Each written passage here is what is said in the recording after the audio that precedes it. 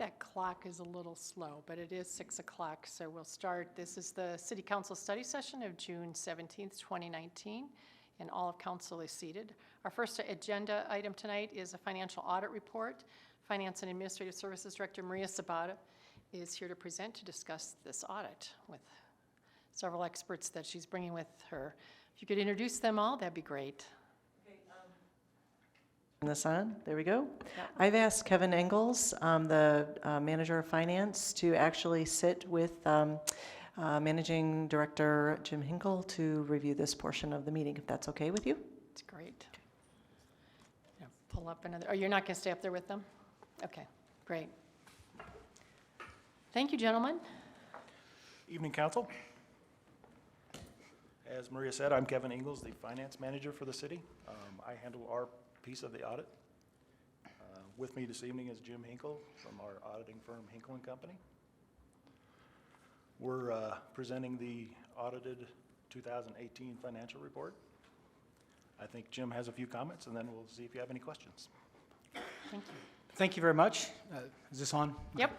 Thank you very much. Appreciate the opportunity to come and visit briefly with council and kind of explain the audit.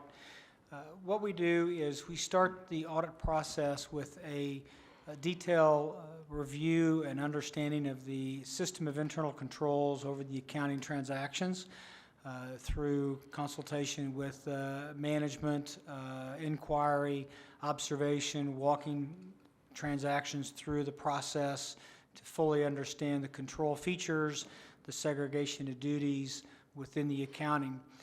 We then document that and we'll then test our understanding of those internal controls. We call that control testing. So we'll take random samples of disbursements and of payroll transactions, and we will test the various control attributes of the internal control system to ensure that the internal controls are in fact operating as they've been explained to us. We do that for a couple of reasons. First of all, we do that to identify if there are any issues with internal controls. There are two terms of art that we use in auditing, a material weakness and a significant deficiency.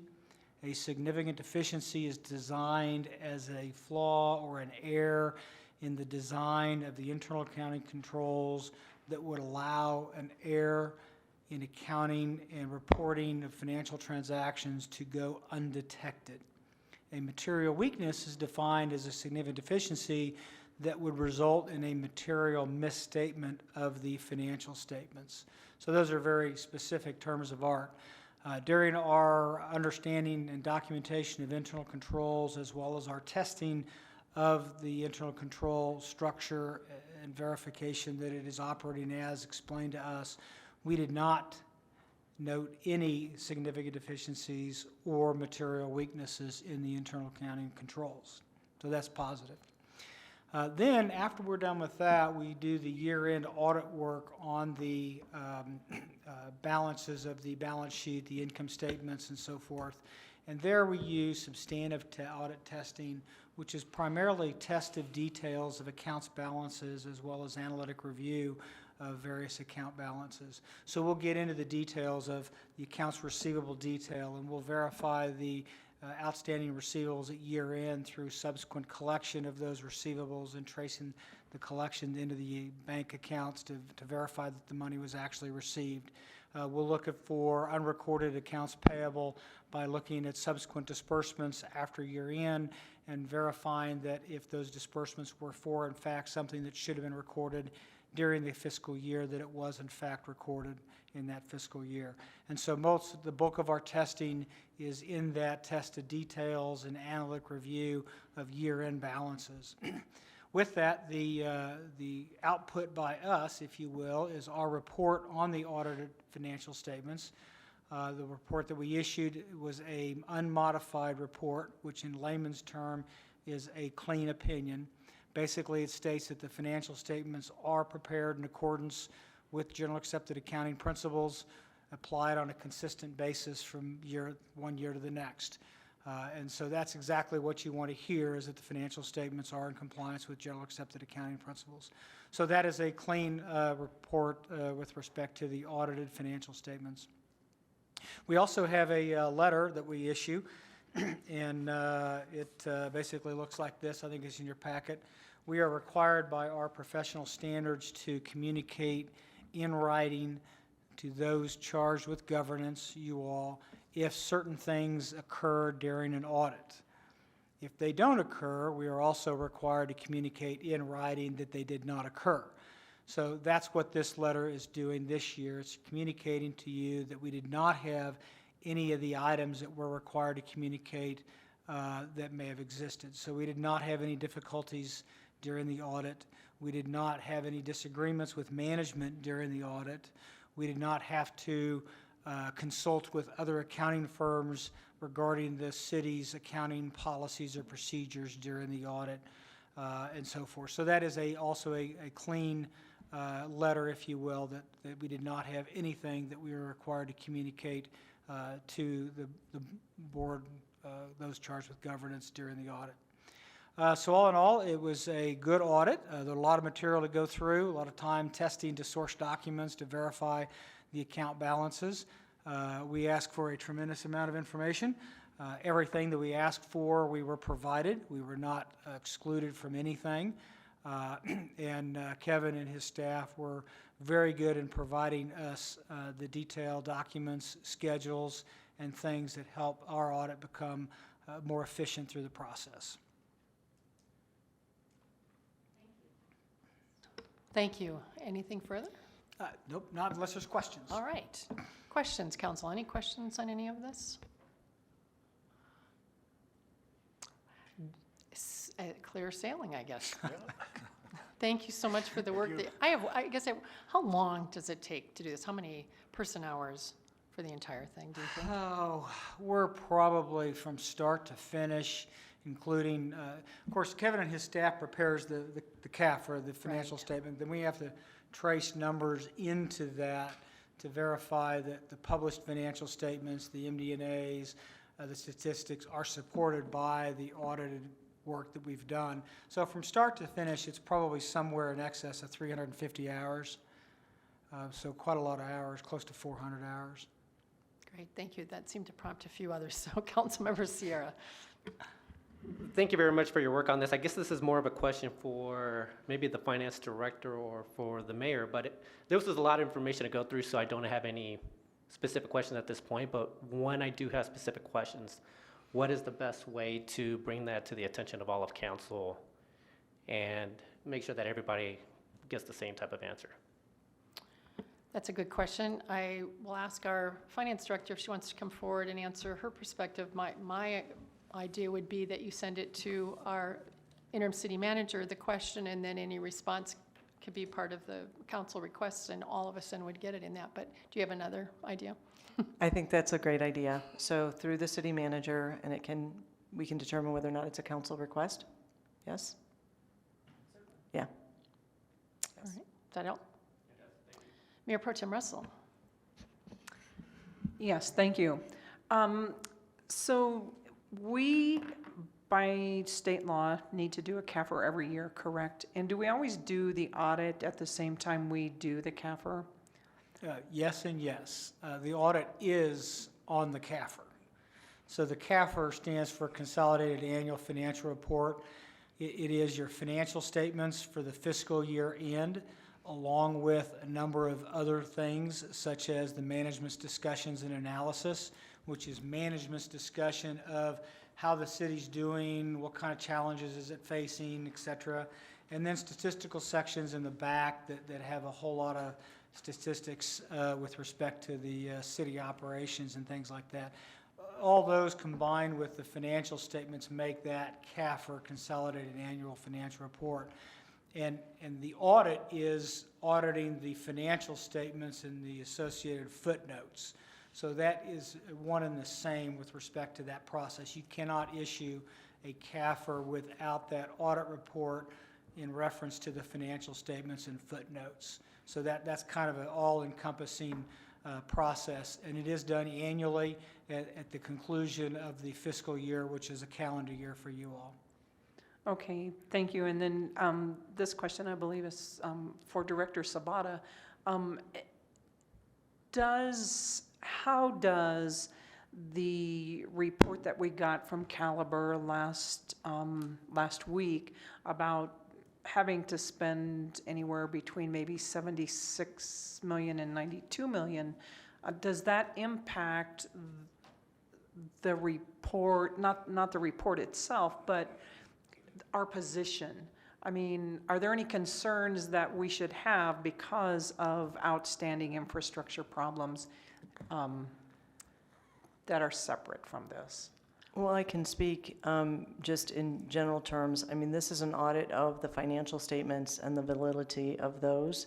I think when we look to invest those funds eventually, or do indeed bond, at that point, it would become important to note that. And I guess I will refer to, or ask Jim if he could also help with that, because we haven't made that decision to go forward. Right. My position would be not at this time, but I'll defer that to Jim if he has a different opinion. Yeah, you might look at the financial statements as though you're driving in a car down the highway and you're looking in the rearview mirror to see where you've been. And that's what the financial statements and footnotes basically are telling you, that up through December 31/18, this is where your financial statements are. This is your results as far as revenues less expenditures, your results in expenditures versus budgeted amounts. But we're really looking in the past of what got you to where you are as a fiscal year end December 31/18, as opposed to where you're going out into the future. So those would be what we call projections or forecasted financial statements, and those are not part of a CAFR or a financial statement. Okay, thank you very much. Councilmember Berentine. I appreciate the work that you did on this, and I appreciate some of the explanation on this. This is the comprehensive annual financial report. It is the process, and like you said, any material weaknesses for those financial reports that are going in. So when we get information back, and we've had a lot of conversations like with Clifton Larson and things like that.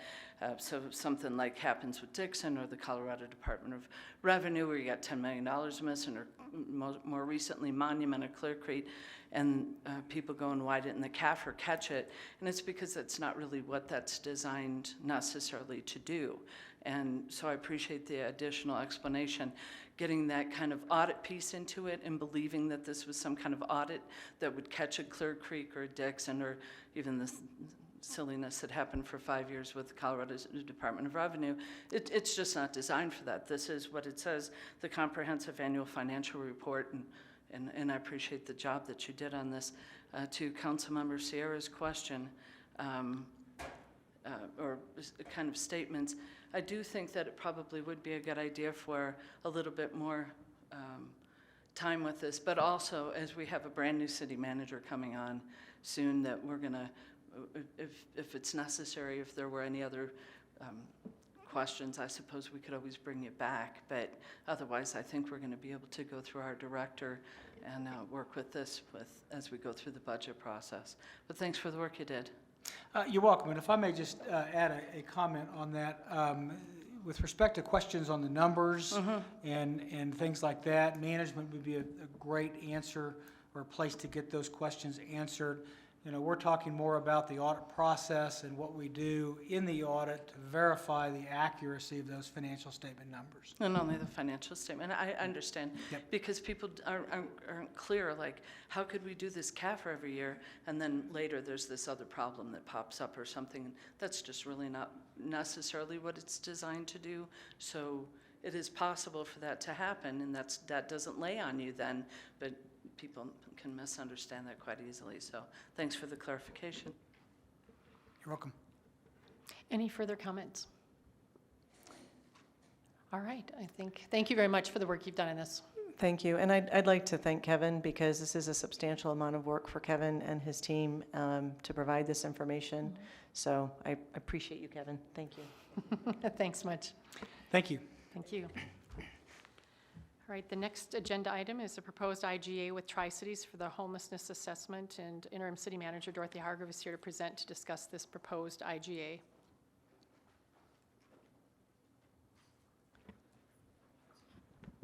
Thank you, Mayor and members of council. I will introduce this by saying that you're all aware of the cleanup that we did to protect the health and safety on the South Platte. And, you know, it raised, I think, the level of awareness throughout the community, a need to think strategically about homelessness in our community. Clearly, there are many different facets to addressing the issue.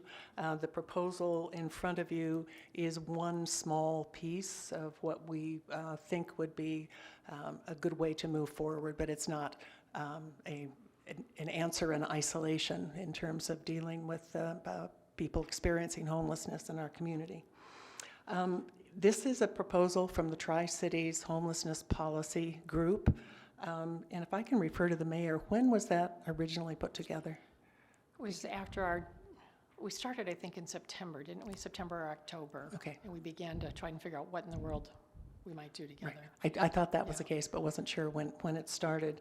I will reiterate a couple of things that are in your packet, that the group set 4 goals for itself, the reason that we're there.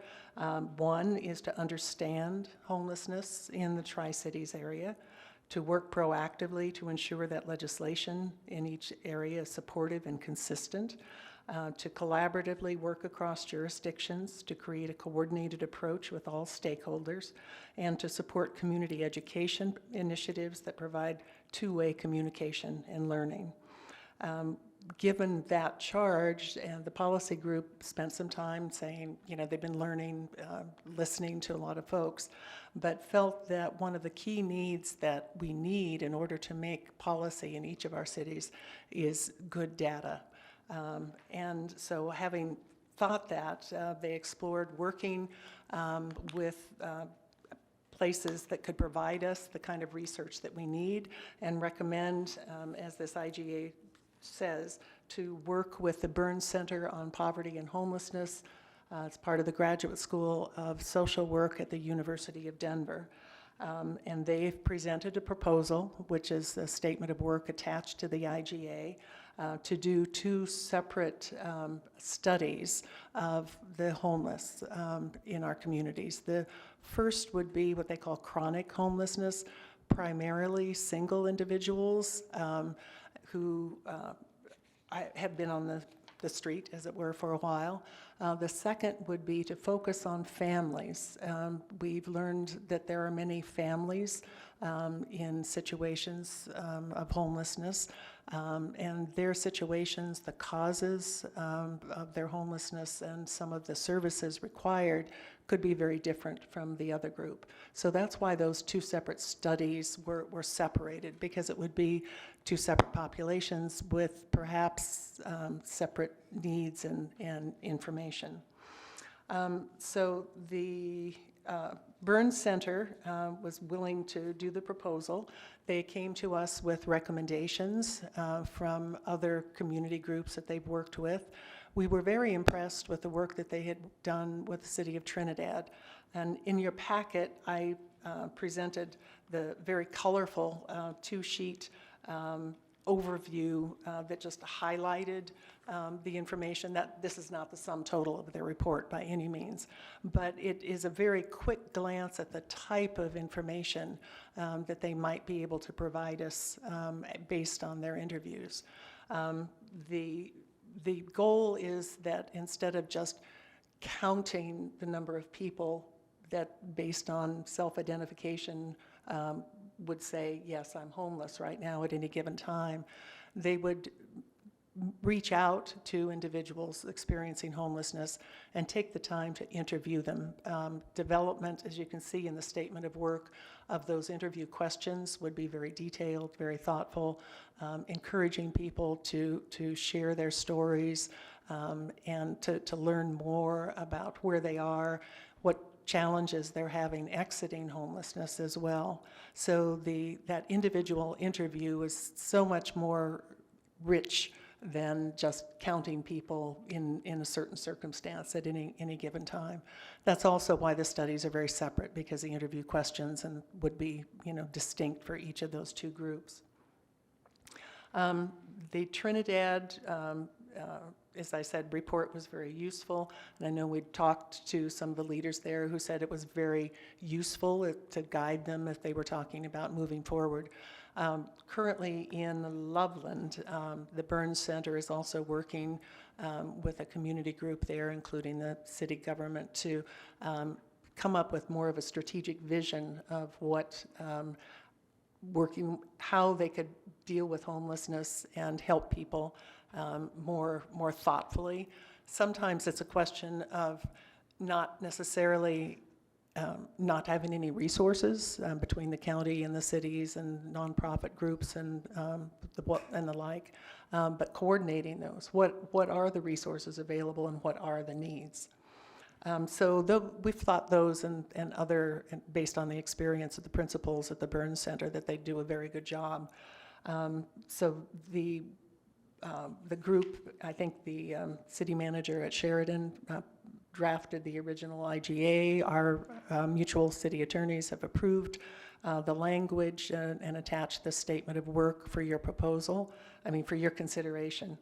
Let me step forward too and say that the reason that the data is so important is to provide not only a baseline understanding of what has brought people to the point where they're experiencing homelessness, but to provide some real data in terms of metrics for potential funders and community partners.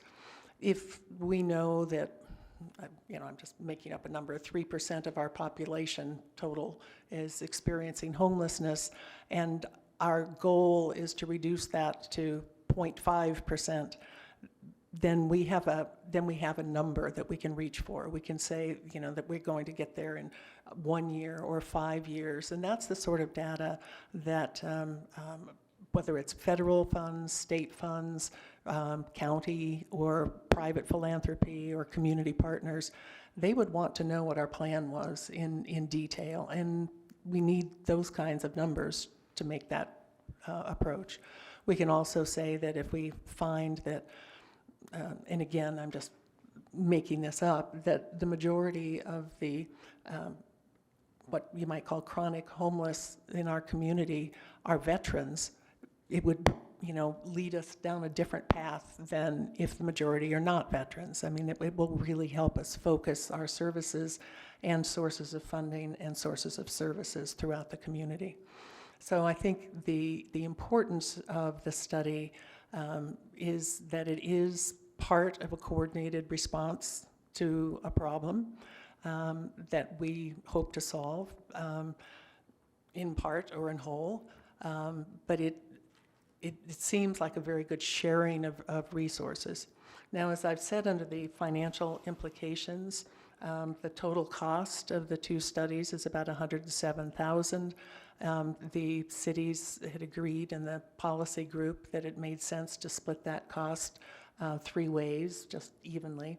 But if we are able to gather some significant or any contribution would be welcome from one of our community partners, that cost could be reduced. So we don't have a final cost, but it would be somewhere in that neighborhood. We've entered into talks, as the packet indicates, with Swedish Hospital and with Craig, both of whom were very positive in terms of supporting this, in whether it's through logistics, through helping with the study, or financial support. I know Littleton Adventist Hospital was very supportive as well, because clearly they see the need to address homelessness in their communities, and helping us move forward would be a priority for them. Especially when we're talking about the family study. We have reached out to the local school districts because they're very aware of the fact that too many of their students are experiencing homelessness, and they have every incentive to help us learn more about it and work collaboratively with the schools. So In conclusion, I would just recommend the approval when it's brought before you in a regular meeting of this IGA so that we can move forward, engage the Burns Center for a study of homelessness in our communities, and move forward with this important assessment. With that, I'll answer questions. Thank you. I probably should kick it off since this probably has raised some red flags or pink flags in your head that I work for the University of Denver. I did not even know the Burns Center actually was at DU. The Burns Center has been around for a while, but they just came under the university's oversight, I think in 2016 or 2017. And when I discovered them last summer, Eric Keck got turned on to them and met with them along with the city manager for Sheridan, and took some community partners with them too, and began to talk about what could they do to help us in developing this strategic group. They talked at that time, I think, about doing a study, but then Eric left and things sort of fell by the wayside. We started our group, and as time went on in our group, it became pretty obvious that what we were missing was data and understanding.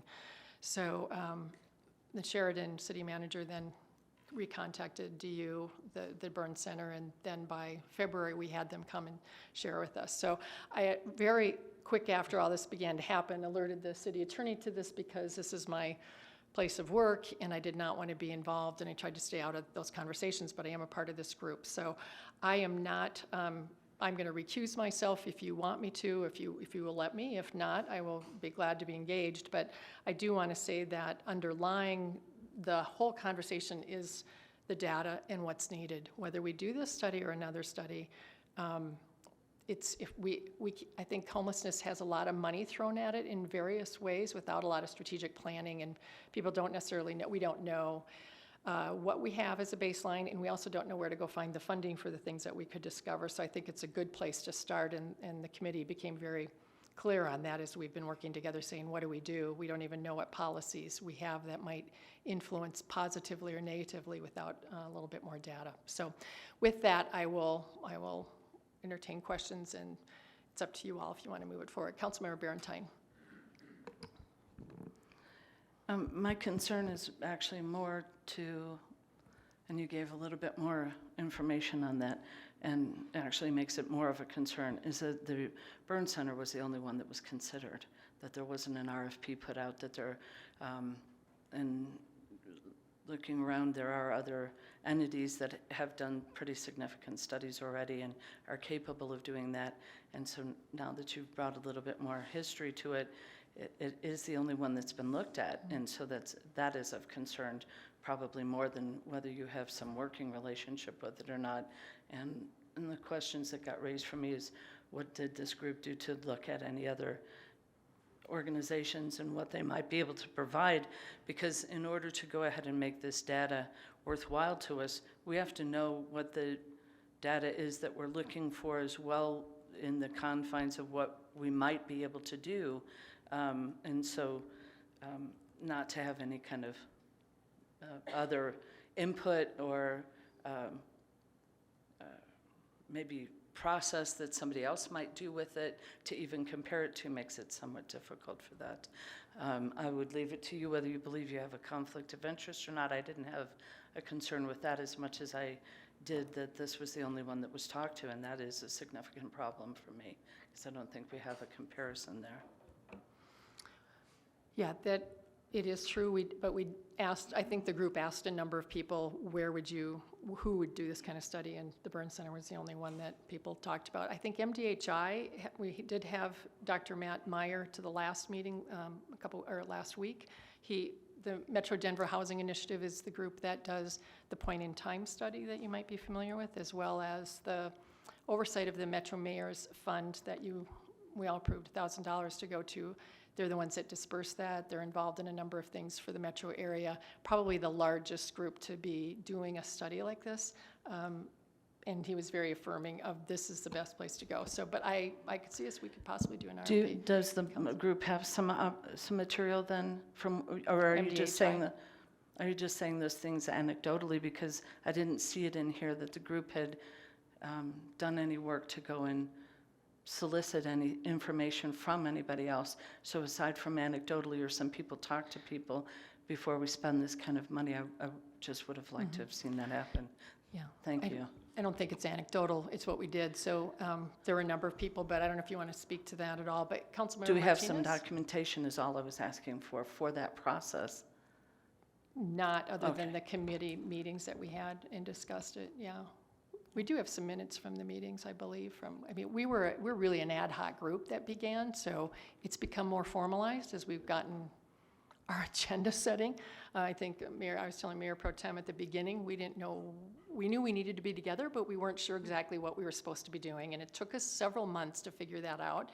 And then it became obvious when we started bringing different folks in that we don't even know what we're talking about, but well taken. Councilmember Martinez? Thank you.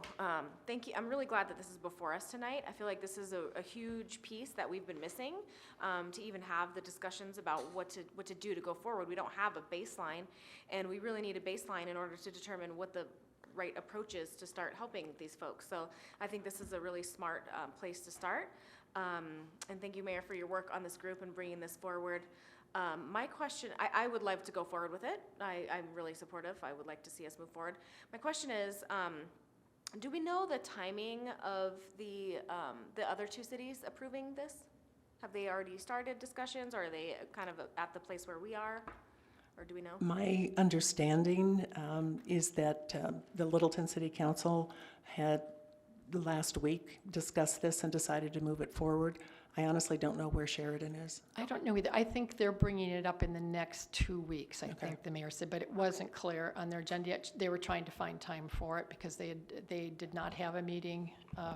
They had a canceled meeting and then CML, I think. So in the next 2 to 3 weeks, maybe. So they're having a similar study session. process Yeah. timeline for Yeah. ours. Yeah. We were all wanting to get it all at about the Sure. same time, so everyone was looking at it at the same time. But, and I don't think any of us are saying we have to rush to anything. We got to do it right. So. To I your agree, and question, Councilmember Martinez, I did listen to that meeting, and they brought it, the mayor brought it forward from their study session to first reading, but the council did that with the caveat that they needed some additional Right. information, and there were some concerns about some of the other partners, so they were somewhat split on it. One of their members was going to go talk to the people in Trinidad, because the Trinidad study only identified 68 people, and so the claim that they cut their homeless in half, what did that mean? How did they use the study in conjunction with that? Really wasn't vetted out. So there were a lot of very good questions and concerns on that, but I'm not sure that they had buy-in. For the most part, it seemed like they had a majority of them wanted to wait until the 2020 budget to go ahead and make sure that they budgeted it in, but you can go on the link and listen to it for yourself if you Sure, want. I was just curious about That's timing my- for the two cities. I also really like that it's broken up into two phases, the chronic homeless and then family. I think those two groups are going to require different solutions, at least a little bit. So I did really like that that's broken up into the two phases as well. I would love to see this come forward. I'm supportive. I will talk about the Littleton council meeting too, because I did listen and heard some feedback. It was enough consensus to move it to first reading, but with some really good questions that I think are worth getting some background to. So, So, Councilmember Sierra. I guess I just have a concern of support by other, I know you mentioned Craig Hospital in Swedish. We had discussions with them. Oh, sorry, I didn't even notice. I was like, I noticed something was wrong. Just regarding the community partners, have we had discussions with them, or what level of discussions have we had with Swedish or Craig or any other partners regarding this issue? Just exploratory, saying in general, this is what this study would do and what the purposes it is, and would they be interested in pursuing this Okay. further. But there were no written commitments or any formal request. or Right, and anything. some of the requests that we would be asking would be a financial or any other type of, that type of support, correct? Correct. I can answer that. Both of the two hospitals have said they will take it back to their development officers to ask whether or not they would want to be involved with us financially, and nobody's asked anybody for any money yet. I think we don't want to do that until we know for sure we're going to go forward on anything. It just seems a little backwards to say, oh, we might do it, we might not. So I think we're all at this stage where we're trying to get it together all at the same time and then decide okay, who should we go after? The county has also been talked to via the Littleton folks as to whether they could take on a lion's share of this as well. So it would be really nice if they came up with a good chunk, and then we'd only have a very small amount. Councilmember Quest, I think, is next. Yep. Thank you. And that answers part of my question. Sounds like there's been an introductory conversation with some of these community partners, but I wasn't sure if we would have to approve it, or all cities have to approve it before they made a commitment, and that's the impression that you're under?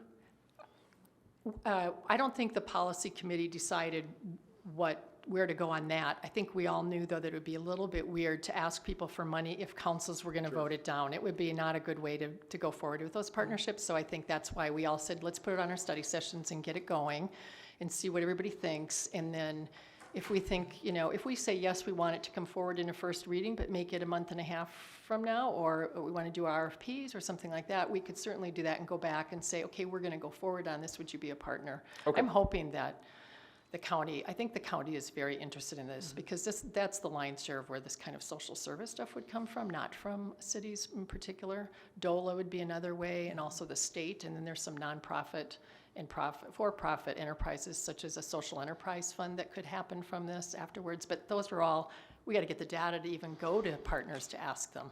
Okay, so in terms of phase 1 and phase 2, I'm more wondering how these would be charged to Inglewood.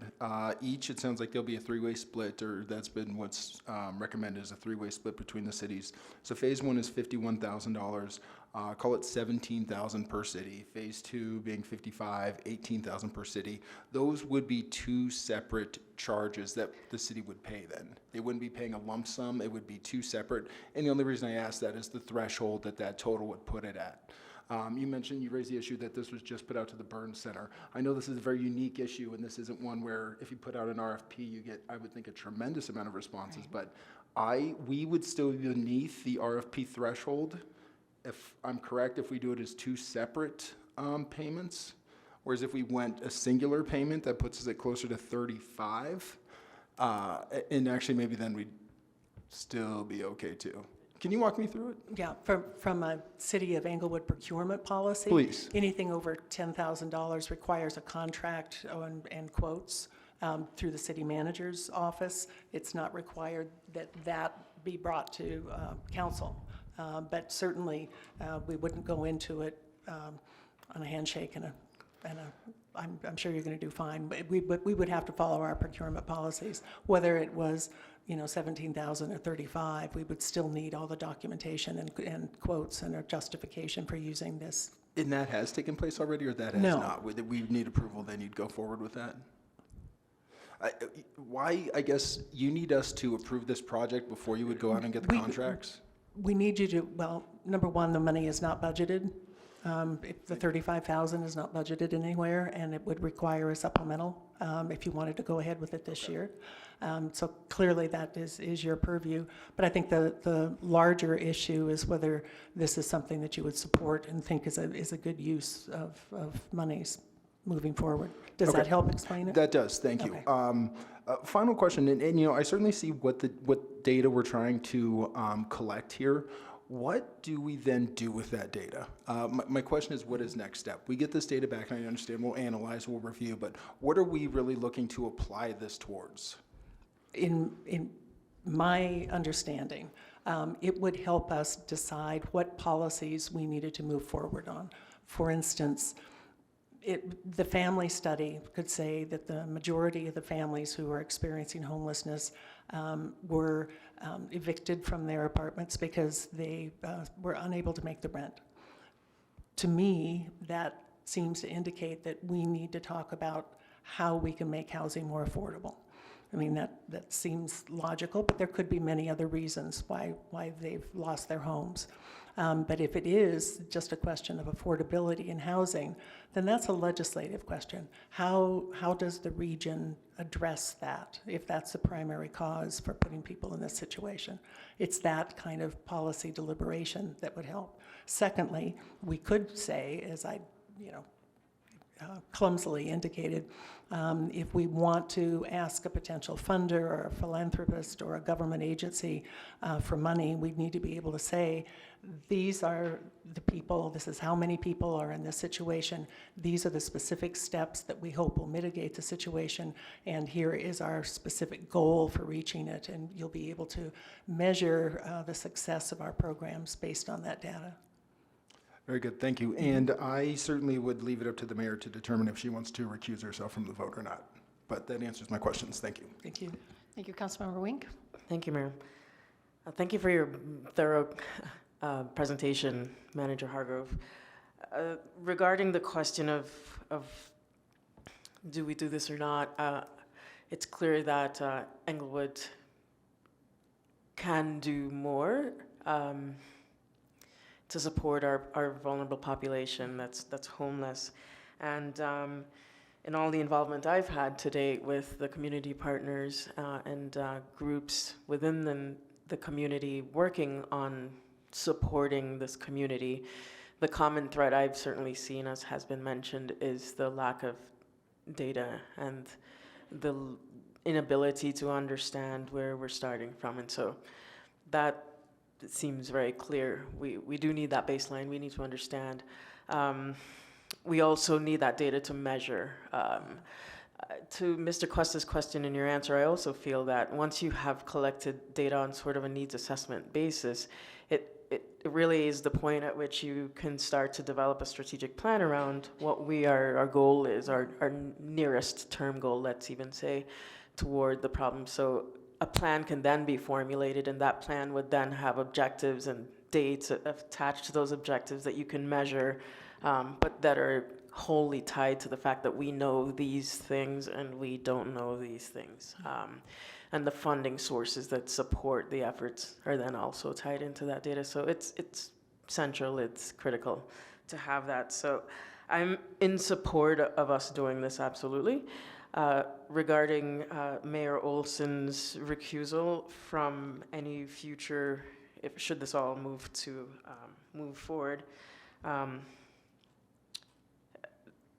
I don't see any conflict of interest between her working relationship at the university and the School of Social Work and the Burns Center. Maybe I should recuse myself. I have 3 graduate degrees from DU and worked there for many years. I know lots of people. I think there are fine lines and there aren't fine lines, and I think here, so I would leave it up to you as well, Mayor Olson, to make that decision. I would like to have your input, especially because of your involvement in the Tri-City group and all of the input you have. Your role at DU is not this at all. Thirdly, there was something, regarding what Member Barentine said about the sole sort of presentation of one firm. I did have that thought myself. This does seem a unique case. I'm not sure what my thought really is on it, but it did come to me as well in terms of, well, we're being presented with one entity and to think about and discuss our decision based on one entity.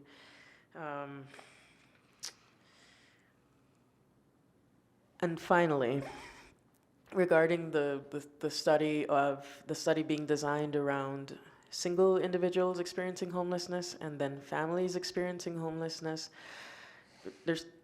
there are many, many ways that we can, segment these populations and understand what we need to understand. And I am actually wondering if this might be the sole study or just the beginning, because those 2 entities alone, it's so deep and thick. I mean, a lot of homelessness is created because of domestic violence, for example. And what does family mean? Is it a person with a child, at least one person with child? Because then there are females with children, and then another situation of males with children that have experienced domestic violence. And that's just one of many other groups within. So I'm curious about the segments within those 2 groups you named and to what degree those will be sought out. I would feel a little disappointed if the data that came back data is good. Any data would help us. We'd be more advanced than where we are, but I'm sort of thinking of looking for a bit more detailed, and maybe you presented, and maybe you were overviewing, of course, for us, but I'm curious about how the Burn Center would approach Okay. the segment of the populations. I think part of that, the one part that I think I can address, the schools are an important source of information about families experiencing homelessness. Clearly, there are privacy issues with what they can provide, but they gather a lot of data already. And so I think it was looking at those populations that the school serves and seeing what the intersection was between the needs and the data that the schools have and what we could get and provide as well. So I think that led to that idea of the segmentation there. It's based on the school population of students. Could you add to that from our discussion? Can I ask a quick question? Are you talking K-12 or P-20? What school? K-12. K-12. Okay. And maybe younger even. I think when we first started on this, it was just the chronic, and that's why I think it took a little while, because many of us were really interested in the families, because if you don't begin with that as well, you're going to have repetitive homelessness. We know if you grow up in poverty and homelessness, you're going to probably stay in That's a theory. There's good data to show that that's the case. Yeah. But so how do we stop that process earlier, as well as what do we do with the chronic, which are what most of us are familiar with day in and day out. The Platte was an example.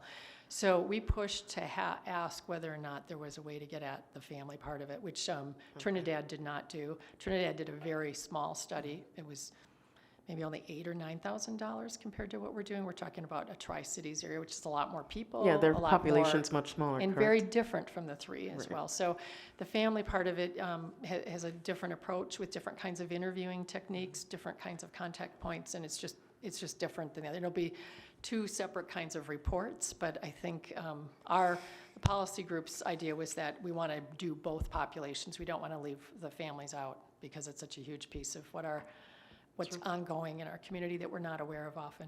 And that's where state and local funding could come to actually make a difference. But we don't know. Right. We just don't even know what to go after.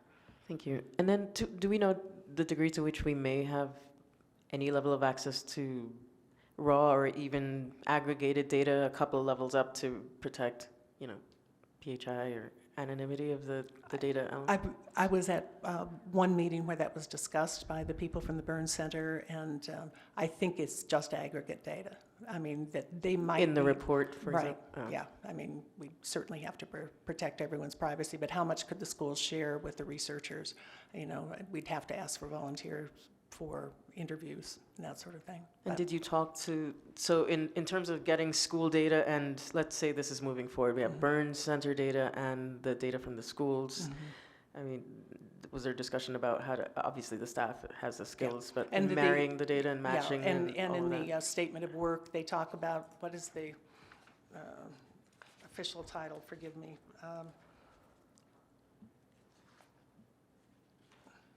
As she's looking, what's all it the called? nonprofits and all health network would also be key points for contact Yeah. on everyone. That answers my So, question, yeah, because not it's the just the same. schools. No, there's, Yeah, not just There's a the whole lot of other So, folks who have yeah. face-to-face contact would I give, can't find it. like would invite people into the study. ICD-9 numbers, so it's all Yeah. the same. Yeah. Okay. Yeah. Thank you I mean, very that much. They, but the schools do a report that we'd have access to, Okay. but not Yeah. individual. Mayor Pro Tem has had her light on. And Member CR too, okay. Yours is so light. Go ahead. So I have a couple of questions. If this IGA that we are entering into determines how we're going to divide the expenses, then what's the point of people being willing to help with us, with that? I mean, if we're entering into an intergovernmental agreement, which includes the cost that we're going to divide, we're already obligated. Well, the IGA draft in front of you doesn't include any contributions from community members, and if we were able to secure those before the IGA was written, then that would be clearly spelled out, so that the obligation of the city would be clear before we entered into it. I think this evening, the discussion is to decide whether you want to commit to that on the assumption, commit to the total, and move forward with this under the assumption that it might be reduced, but we don't have hard data on what that could be. Okay, I appreciate that, and I have concerns about this for a lot of reasons. What are we going to do when we get all the information back? We have had so much on our agenda in the last year, even in addition to the city manager search. And we have a lot of infrastructure problems that we don't have money to address. And I think that we have not appropriated money for this.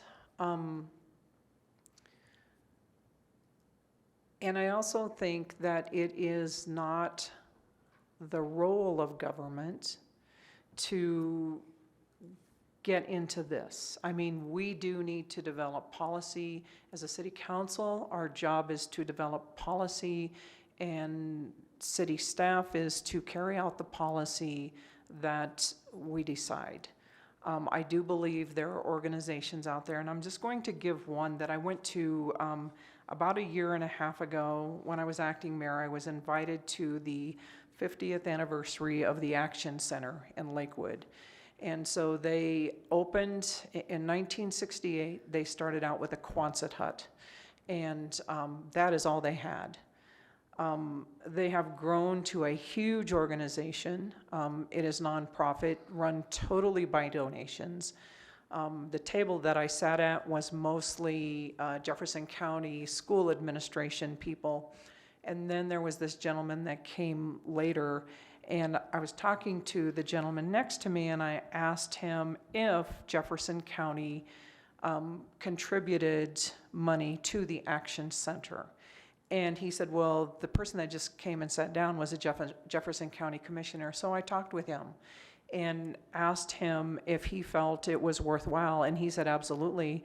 I wish that the county had more money to help with the Action Center. But it is a private, nonprofit organization started from a small group of individuals that started out with nothing. And there were a lot of people there giving testimonials about how the Action Center helped them over the years. They have rules, and I believe that a lot of homeless people, part of the reason that they're homeless is they don't want to follow rules. And I do believe there are people out there that need help that we can help, but I also believe that there are people out there that it's a chosen way of life. And I have trouble with approving this amount of money for a study when we don't have the money to do the things that we need to do. But I do believe that this council should develop policy and give staff direction. Thank you. Councilmember Sierra. Just a quick question. So just a quick question. These two phases, are they going to be done concurrently? They could be if that. Okay. And then I guess I have a comment. I do want to see this come back to first reading, as we do need to understand exactly what the homeless population is in Inglewood. We obviously saw that recently in the local news, and just getting an understanding of why people are homeless. It's not just a situation that people want to be homeless. It just takes one event, whether it's just a missed paycheck, loss of a second earner, whether there's a medical expense. There's many different reasons why people fall into homelessness, and understanding that severity and what we can accomplish moving forward. This is just the first phase. We just need to understand the data. What we do next with that is something that we're going to have to worry about. But I don't want to turn a blind eye to the issue that we're seeing with the homeless situation in Inglewood. We talk about subsidizing a lot of the low income, but once they pass that line into homelessness, we do nothing. So I think we do need to do something in just understanding the data. So I really want to see this come forward in first reading. Councilmember Barrington.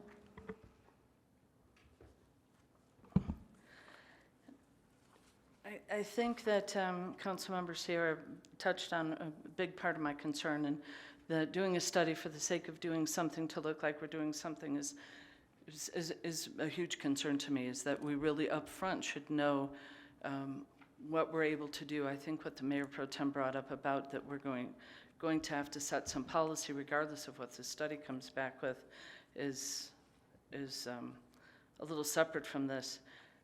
Information understanding might have some benefit in its own right of understanding, but there is some concern that the homeless situation has become a billion-dollar endeavor here in this country. And what are we doing that's actually being effective? And so if we don't know how we're going to use this to be effective, then we're throwing money at studies instead of actually at homeless people.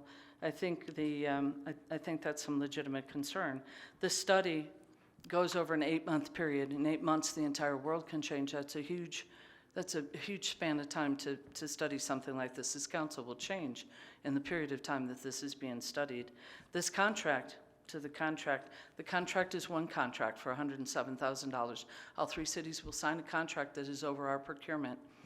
The issue that I brought up with the mayor was in conjunction with her bringing up a conflict of interest.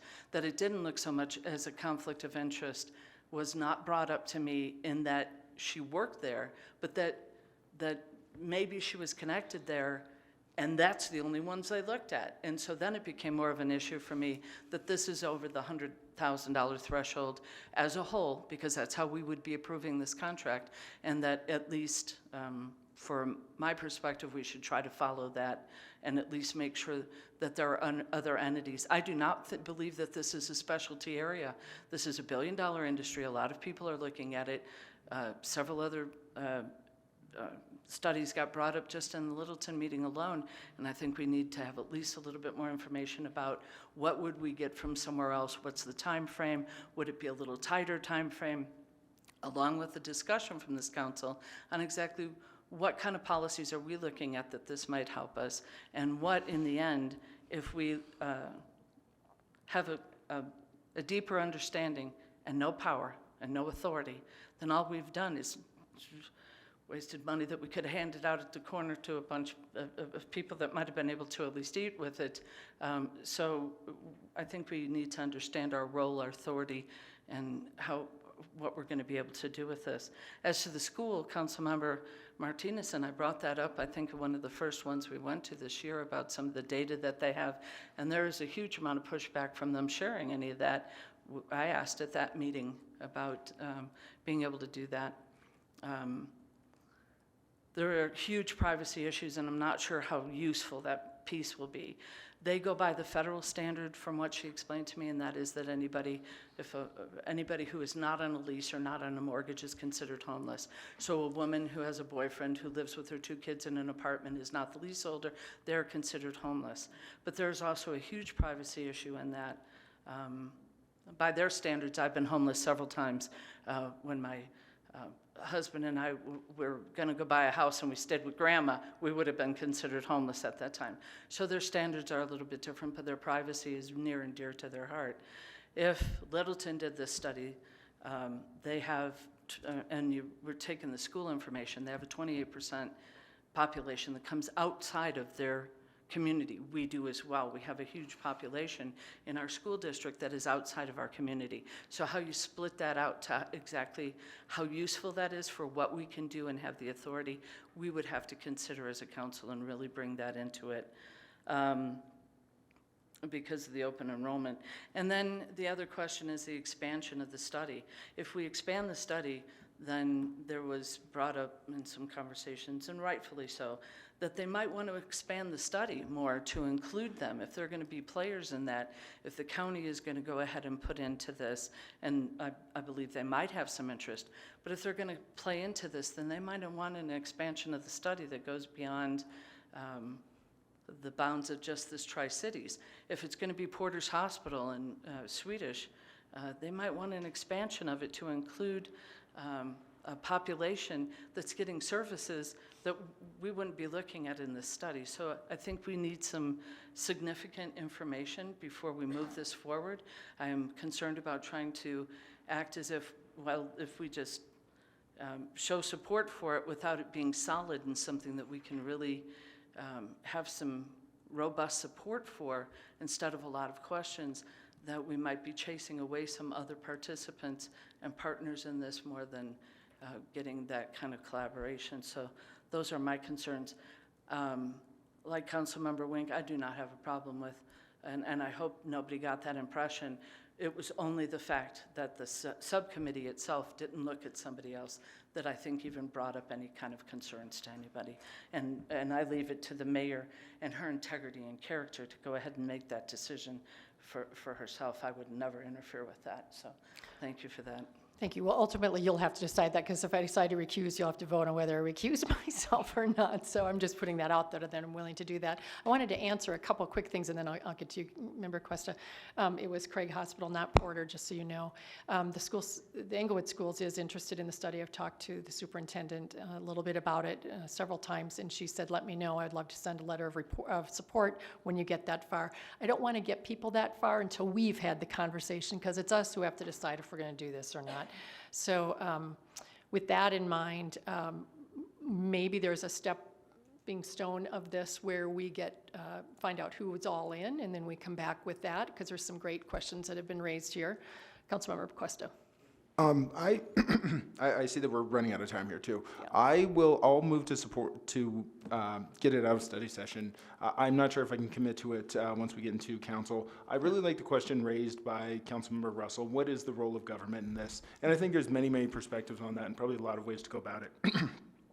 I'm sure all of us hear about homelessness in Englewood. I think it's one of those top issues. For me, it's development, city growth, infrastructure, and that's probably right there at C. So for me to say this just isn't on people's minds is not true. I think it is, and there's many different perspectives on it from different citizens I've spoken with, but I think it is a matter that citizens are concerned about in many different ways. So now, what do we do? That goes back to Mayor Pro Tem Russell's question regarding what is the scope of that and government's role. I'm not entirely sure. This, to me, there's not a silver bullet. This one's really tough, this particular issue. Would I love more information? Sure. Do I even know what the information I'm seeking looks like? Not necessarily. So a little bit more time for me to consider would be valuable. I did want to make the clarification. It does seem to state in the contract, it has it specified that each city would pay the $36,000. So it looks like it is just that one lump sum of 36. But I'll move it forward, and I just need to think about it some more too. But an interesting question raised by Mayor Pro Tem, and this is one I'm sure we could all spend the rest of our time on council on, just dealing with this, and then who knows where it would go. Thank you. Thank you. I do agree with Mayor Pro Tem in that the municipalities really don't do social services. That's not the role. It's usually the county and the state, and we don't know enough to even know what to ask yet for. And we have people hurting in our city that actually have grown up here and gone through our schools and are homeless in our midst, as well as people who are on the edges of different cities and move in and out, and you can't really tell who's are whose. They're all our neighbors, right? At least that's my perspective. So we got to figure it out. But I think that the comments made about throwing money, I think you're right. It's $1 billion industry of not getting anything very well done.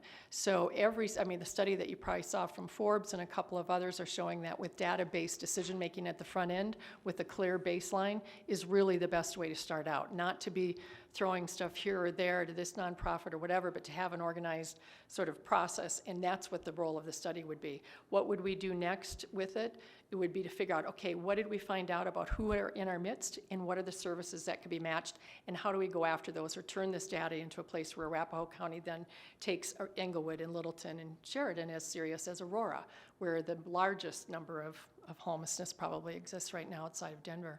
So I think it's an odd thing to be asking for something when you don't know what the next step strategy is, but we do have a track record of doing studies here and using them. We have many, many of them, and maybe we need to go back and remind ourselves of when we have done studies, and it makes a big difference in our decision making. So with that, it sounds like we have at least 4, want to move it forward. I would commit myself to helping the manager in any way to seek out answers to some of these, and have perhaps groups go back and ask who else does this, where else. I asked a couple people that, but everyone said the Burn Center to us that morning, so we can keep working on that piece as well.